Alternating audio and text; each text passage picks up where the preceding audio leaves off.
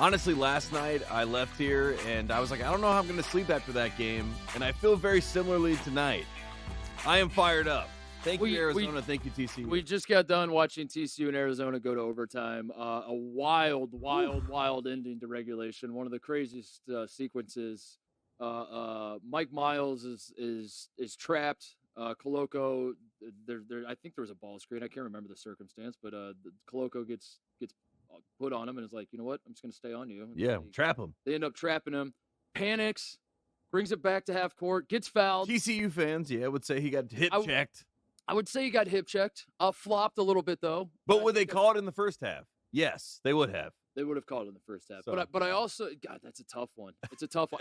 I think what ultimately happened ended up being a wash. I think that was good. Like if Arizona would have won on that, I would have been irate as a TCU fan. I agree. But if we got 5 minutes of basketball to decide who actually was going to win this game. But if you would have bailed a guy out who was very clearly panicking from being trapped and then flopped, he definitely flopped. Which also would have been bad for Arizona. That would have been bad for Arizona. Sour taste in their mouth. So we get 5 minutes and we figured it out. I think it worked out well. Eddie Lampkin was unreal in this game, and this was. Boy, what a great Charles O'Bannon Jr., 4 steals in this game, 5 blocks. It was the juniors versus Arizona, and we worried a little bit, and we talked about last night about Arizona. They're a little green. Yep. This is their first tournament, experience. Obviously, they're a 1 seed, but they had to, they got their feet to the fire tonight, and they saw what it was like to go up against a physical Big 12 team, and they survived. Right. They got that, as I said last night, I mean, they're Gonzaga light, or they might be better than Gonzaga. I don't know, but obviously Tommy Lloyd's trying to emulate what Mark Few built when he was there with him and bring it to Tucson, and that's great. That's a huge reason why Arizona, I believe, is the best team in the country, or at least has been throughout the season. The bad part is much the same way we saw in Gonzaga in the first half against Memphis, against a very physical team that likes to crash the glass. That was a problem for Arizona all night. It's going to be a problem, by the way. I mean, we can save the discussion for 26 offensive rebounds for TCU. 26. And I think there may have been more. We can save the discussion for the end of the show, the Sweet 16, like forecasting those matchups. But if I'm Arizona and I come out of that TCU game that goes into overtime and you give up 26 offensive rebounds, and you look up, what was it, 26? 26. Oh, my God.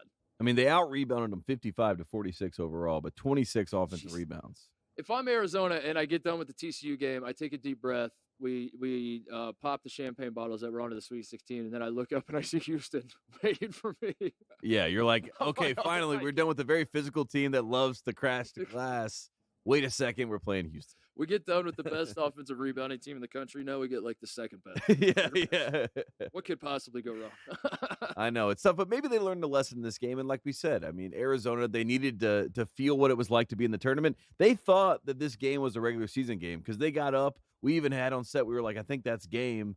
And I think Arizona at one point thought that was game with about 6 minutes to go. TCU never quit in this game. They had a lot of belief. And the fact that Jamie Dixon, gets the first win since 1987 in the first round. TCU was a laughingstock of basketball. To me. Remember TCU beat SMU. Yeah. In the America's Next Great Rivalry that we were at, and I became a TCU fan. So to me, this was expected. As expected. But first reported on Titus. In 2016, when he went to TCU, Jamie Dixon, obviously his alma mater, but there was a lot of people that were like, will they ever even make a tournament with this guy? TC who? Yes. I believe was the headline. I don't know. I just made gone to the NIT a couple times, gone to the NCAA tournament a couple times. Obviously gets the first win, like I said, in the first round since 1987. So from TCU side of things, congratulations, right? I mean, you have overachieved, and I mean, hang the banner. You took a 1 seed, to the brink, and in regulation, you were tied. Hang the banner. Should have made the Sweet 16 if a foul was called, but also Mike Miles flopped, so it's kind of a wash, but also definitely was a foul. So I put all that on a banner, hanging in the We arena. joke about a Sweet 16, like how much significance does it really have? But if TCU made the Sweet 16, that would be front and center. We kind of hit everything. Benedict Mathurin, I'm sorry. He does not like Ben. Yeah. Officially. Don't say Ben. Huge shot. Huge 3 down the stretch. This was, not that we didn't already know this, but this is Benedict Mathurin's team. He is the clutch performer for Arizona. He will continue to be the clutch performer. As much as my heart wants it to be Kirk Kriisa, I know he wasn't 100%, but Kirk Kriisa should know that he wasn't 100%. And that sequence in overtime, when he shot 4, was it 3, 4, 5, 3 shots and 1 pump fake. So altogether, He threatened to take 4 shots. How many? None of them were threatening to actually go in. How many theories does Kerr Kriisa put up before he's like, you know what, I'm going to stop at this point? Never stop. And which goes back to my original point, FGAs. You got to respect FGAs. He was 1 for 10. He just keeps shooting. And we remember the UCLA game. He just kept shooting at UCLA. Got to keep shooting. Yeah. But can't say enough great things about TCU. Chuck O'Bannon, Eddie Lampkin, Mike Miles. Those dudes are they're inspired. I mean, they really are. It is you. There are no such thing as moral victories, but at the same time, there are such thing for some programs as moral victories, and this is definitely one of them. Because Arizona, again, to reiterate, I do believe that Arizona has, throughout the course of the season, been the best team and probably deserved to be the number 1 overall seed. And for TCU in San Diego, by the way, there was a pro Arizona crowd, a lot of U of A. That is great for their program and something they should be proud of. That again, they were. What did I say to put on the banner? We should have won. If we should have won. Should have gone to the Sweet 16. Yeah. If they had called the foul, if they had the guts. What would you have done if you were Dalen Terry? Obviously, this is the most controversial play of the first round. Trying to dunk at the end, but you can, as you obviously are jumping up, you can see the clock winding down. It was a very Michael Jordan Space Jam moment where you wish you could just stretch your arm out and just drop it in, but he wasn't able to do that. It's tough because, I mean, you're in that situation. A lot of backseat drivers. A lot of what I would have done. A lot of what I had in my bracket was. Yeah. Yes. There were people tweeting, like, what I had in my bracket was Dalen Terry should have shot the layup. Should have made it. Like, should have won a regulation. Cool. Yes. Good job. Great bracket you had there. Floater could have been an option. I think I'm okay with what he did because I like to believe that what was going through his mind was 2 things. Dunking it is cool as shit. So if you dunk it at the buzzer, that's the coolest thing ever to win an NCAA tournament game, go to the Sweet 16 at the buzzer, you're dunking it. But also he was probably thinking, it doesn't matter if I get the shot off if I don't make it. So I'm going to dunk it so we make it. And that's the most important thing. And then let the chips fall where they may.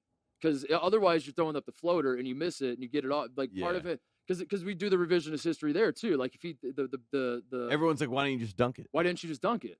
You had time. There's a few people that say there's not enough time to dunk it, but they don't know that for sure. We don't know that. We wouldn't know that. You would throw up a floater, it would break off, and you're like, oh my God, dude, you had a wide open dunk and you didn't dunk it? All I saw in my mind was the slow motion of Patrick Ewing against the Pacers when he had the layup. Oh, yeah. And everyone's like, oh, he's going to dunk it. But then they, did the slow mo and they break it down. They're like, but his knees weren't the same. And Pat didn't get the same lift that he used to get, And then instead of going for the dunk, he fillets it over and goes for the finger roll, hits the back iron. So all I saw was Dalen Terry hitting the back iron. So that's why I give him credit for going to dunk, because he wanted the definitive sure thing. And at the end of the day, it gets done. So there you go, Arizona. I think it was the right call. Congratulations to Arizona, but you better not celebrate long.